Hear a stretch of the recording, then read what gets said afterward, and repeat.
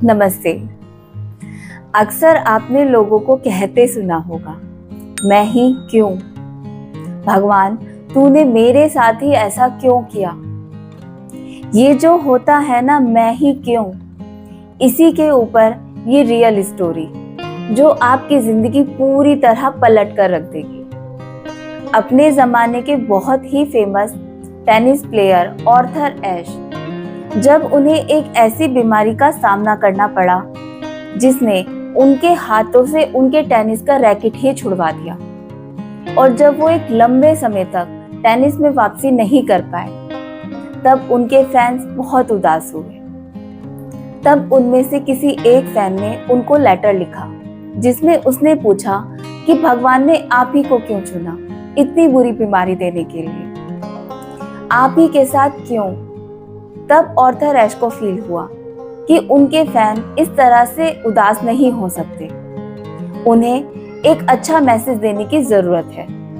तब उन्होंने एक मीडिया कॉन्फ्रेंस की जिसमें उन्होंने बताया कि जब उन्होंने टेनिस खेलना शुरू किया था तब लाखों लोग टेनिस खेलते थे। जब मैं स्टेट चैंपियनशिप तक पहुंचा तब मैंने भगवान से नहीं पूछा मैं ही क्यों। जब मैं नेशनल तक पहुंचा जहां पर बहुत कम लोग पहुंच पाते हैं, तब मैंने भगवान से नहीं पूछा मैं ही क्यों। जब मैं ग्रैंड स्लैम तक पहुंचा जहां पर बहुत कम लोग बहुत मेहनत करके पहुंच पाते हैं, तब मैंने भगवान से नहीं पूछा मैं ही क्यों। जब मैं फाइनल्स तक पहुंचा जहां पर केवल 2 ही लोग पहुंच पाते हैं, तब भी मैंने भगवान से नहीं पूछा मैं ही क्यों। और जब मैं चैंपियन बना, जब मैंने वो कप जीता, तब भी मैंने भगवान से नहीं पूछा सिर्फ मैं ही क्यों।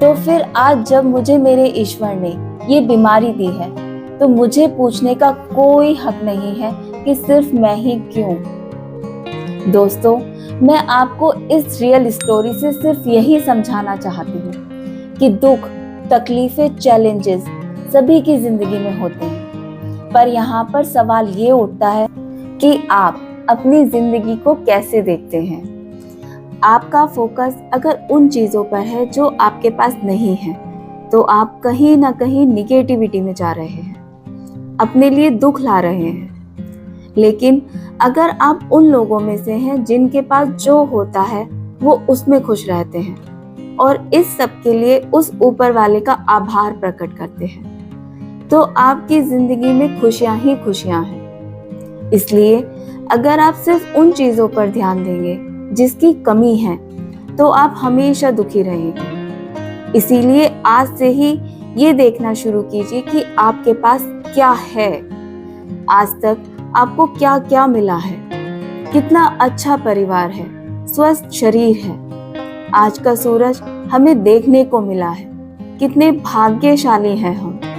ना जाने कितने ही लोग कल सोने के बाद आज सवेरे उठे ही नहीं। हमारे पास इतना कुछ है कि हम संभाल ही नहीं पाते।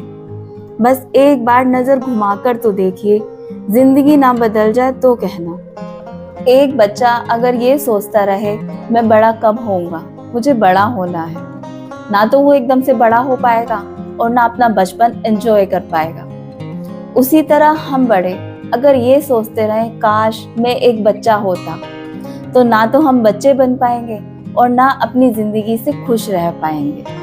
आप अगर हमेशा उन्हीं चीजों पर ध्यान देंगे जो आपके पास नहीं है, साफ साफ शब्दों में कहूँ तो आप कभी खुश नहीं रह पाएंगे। और अगर आपने शुक्र करना सीख लिया, ग्रेटिट्यूड करना सीख लिया, तो इससे आप खुश तो रहेंगे ही, और जो नहीं है वो भी आपको मिलना शुरू हो जाएगा।